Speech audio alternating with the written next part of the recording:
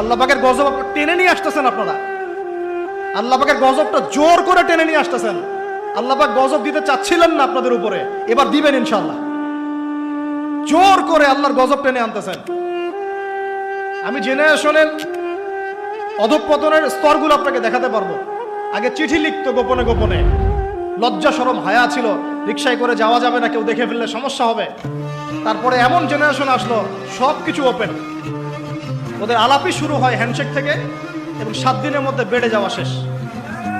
এরপর চেঞ্জ করতে থাকে একটার পর একটা। তারপর চলে আসলো সিরিয়ালের যুগ। সিরিয়াল এসে শেখালো বাসায় স্বামী থাকলেও যথেষ্ট না, বাইরে একটা স্বামী লাগবে। বাসায় মেয়ে থাকলে যথেষ্ট না, আরেকটা বউ বাসা। আমরা এটাও বলে দেই, দিনী বোনদেরকে বলে দিই, অনলাইনে যেহেতু যাবে, আল্লাহর ওয়াস্তে আমাদের ফোনে কোনো ফোন দিবেন না, আল্লাহর ওয়াস্তে আমাদের ফোনে আমাদের হোয়াটসঅ্যাপে কোনো মেসেজ পাঠাবেন না। আর এমন এমন মিষ্টি ভাষার মেসেজ দেখলে মনে হয় যে মানে সব অসহায় মেয়ের দায়িত্ব নেওয়ার জন্য আমরাই আছি। আর সবার একটাই সমস্যা, আমার স্বামী ভালো না, আমার